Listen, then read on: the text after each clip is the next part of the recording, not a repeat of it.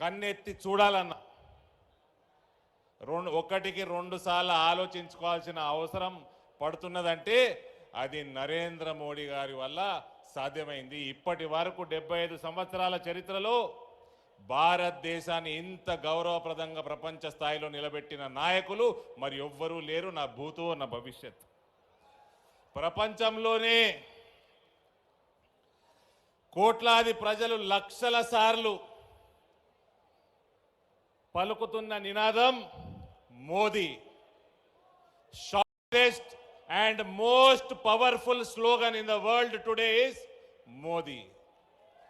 మోదీ మోదీ మోదీ.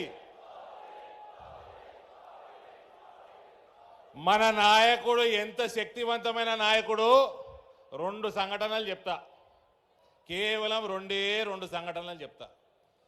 మన పక్కకి ఒక చిన్న దేశం ఉంటుంది మాల్దీవ్స్ అని. అది చైనాని చూసుకొని మన మీద మీసం తిప్పింది. కరోనా సమయంలో అతలాకుతలం అయితే మోదీ గారు మందులు పంపిండ్రు, వ్యాక్సిన్లు పంపిండ్రు. అది చైనాను చూసుకొని బాగా ఎగిరింది, మీ సైన్యాన్ని మీరు తీసుకుపోండి అని చెప్పింది. అదే సమయంలో కాంగ్రెస్ పార్టీ వాడైతే అంత చిన్న దేశాన్ని కూడా బతిమిలాడుతుండే లేదా బెదిరిస్తుండే. మన నాయకులు ఏం చేశారు చెప్పాలా మీకు? ప్రోగ్రాంలో లేకుండే ఫ్లైట్ వేసుకున్నారు, లక్షద్వీప్ పోయినరు. లక్షద్వీప్ పోయి మార్నింగ్ వాక్ చేసిండు, మధ్యాహ్నం డైవింగ్ చేసిండ్రు, సాయంత్రం ఛత్రి వేసుకొని ఛత్రి కింద కూర్చేసుకొని కూర్చొని రాసుకున్నాడు. ఏం చేసిండ్రన్న? అందరు ఫోటోలు చూసారు కదా. మార్నింగ్ వాకింగ్ అయింది, మధ్యాహ్నం డైవింగ్ అయింది, నీళ్ళలో ఫోటోలు చూసారు కదా. సాయంత్రం ఛత్రి వేసుకొని కింద కూర్చేసుకొని కూర్చొని రాసుకున్నారు. వాపస్ ఢిల్లీకి వచ్చిండ్రు, తెల్లారి ట్విట్టర్లో పెట్టిండు ఫోటోలు పెట్టి, లక్షద్వీపు చాలా అందమైన ప్రదేశము, అక్కడ ప్రజలు చాలా మంచి వాళ్ళు, నాకు ఇంకా నా మనసులో ఇంకా తలుచుకుంటా ఉన్నా అన్నాడు. గంతే. మాల్దీవ్స్కి 5,000 ఫ్లైట్లు క్యాన్సిల్ అయినాయి,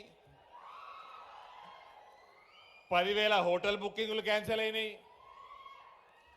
లక్షద్వీప్కి ఆన్లైన్ ట్రాఫిక్, ఇంటర్నెట్ల ట్రాఫిక్ 3,400 రేట్లు పెరిగింది.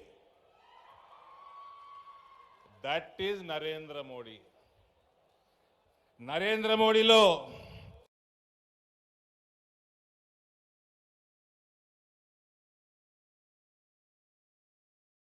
ఫిబ్రవరి 27, 2019 పాకిస్తాన్కి ఫ్లైట్లు పంపించారు మోదీ గారు.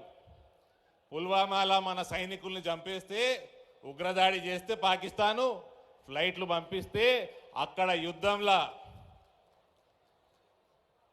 అభినందన్ వర్ధమాన్ అని ఒక సైనికుడు, ఒక వింగ్ కమాండర్, అక్కడ ప్లేన్ క్రాష్ అయితే యుద్ధంలో పారాషూట్ వేసుకొని దిగినాక భారత్ మాతాకి జై అంటే పాకిస్తాన్ ఆర్మీ అంతా పట్టుకొని ఆయనని బంధించింది.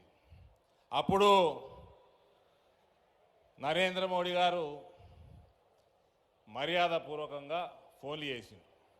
ఫోన్లు చేస్తే ఏ జనాబ్ బిజీ హై, ఓ జనాబ్ బిజీ హై అని మనోళ్ళు ఫోన్లు చేయించినప్పుడు ఆడికెళ్ళి రెస్పాన్స్ రాలే. తర్వాత మోడీ గారు బ్రహ్మాస్త్రంని పాకిస్తాన్ దిక్కు మలిసి పెట్టిండు. బ్రహ్మాస్త్రాన్ని దిక్కు మలిసి పెట్టిండు. పెట్టినాక ఆడికెళ్ళి ఫోన్లు మొదలైనవి. మోదీ సాబ్ ఏ క్యా అంటే, నై సాబ్ బిజీ है.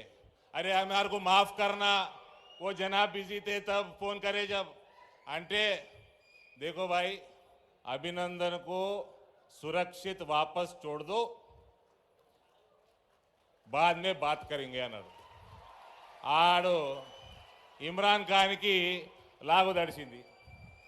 ఇమ్రాన్ ఖాన్కి లాగు దడిచి పక్క దేశాలకు ఫోన్ చేసిండ్రు. అరే మీరన్నా మధ్యవర్తిత్వం చేయాలి. మోదీ గారితో మధ్యవర్తిత్వం మాకు వద్దండి, ఫస్ట్ మోదీ గారితో మాట్లాడాలంటే ఫస్ట్ మీరు అపయపూర్ అభినందన్ని దాని తర్వాత మాట్లాడతామన్నారు. ఇక ఇమ్రాన్ ఖాన్కి అర్థమైతలేదు. ఇక ప్రపంచానికి పెద్దన్న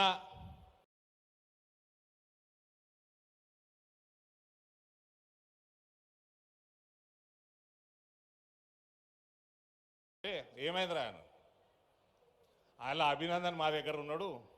ఇగో తమ్మి ఇమ్రాన్ ఖాన్, మీరు మోదీ గారితో నన్ను అడుగుమంటే 100 మెట్రిక్ టన్నుల బియ్యం కావాలని అడుగు చెప్తా, 100 మెట్రిక్ టన్నుల గోధుమలు కావాలన్నా చెప్తా. ఆయనకి దయా గుణం బాగున్నది, 200 మెట్రిక్ టన్నులు ఇస్తాడు 100 అడిగితే. కానీ భారతదేశ ఆత్మగౌరవం, భారతదేశ సోవెనిటీ, భారతదేశ ప్రజల సురక్షితం గురించి మాట్లాడాలంటే నా వల్ల కాదు. మీరు ఫస్ట్ అభినందన్ అప్పచెప్పుర్రి అంటే ఇమ్రాన్ ఖాన్ అరే అట్టెట్లా అప్పచెప్తాం, చర్చలు జరిపి అప్పచెప్పాలి కదా, లేదా మా ఇజ్జత్ పోతుందంటే అరే పాగల్గా నువ్వు అభినందన్ అప్పచెప్పకపోతే నువ్వు ఇజ్జత్ పోతుంది అంటున్నావు. కానీ ప్రపంచ పటంలా పాకిస్తాన్ లేకుండా పోతుందరా, ఇది భారతదేశ గౌరవానికి సంబంధించిన విషయము అని చెప్పి ఫోన్ పెట్టేసిండు ట్రంప్. ఫోన్ పెట్టేయగానే తెల్లారే అభినందన్ పట్టుకొచ్చిర్రు, మంచిగా డైనింగ్ టేబుల్ మీద కూర్చోబెట్టిర్రు, కాఫీ తాగిపిచ్చిర్రు, ఫోటోలు పెట్టిర్రు. ఫస్ట్ మంచిగా ఉన్నాడు అభినందన్. యాదుంది ఆ ఫోటోలు? యాదున్నాయా? ఆ ఫోటోలు పంపినాక సాయంత్రానికి గౌరవంగా తీసుకొచ్చి అప్పచెప్పారు. That is Narendra Modi. భారతదేశం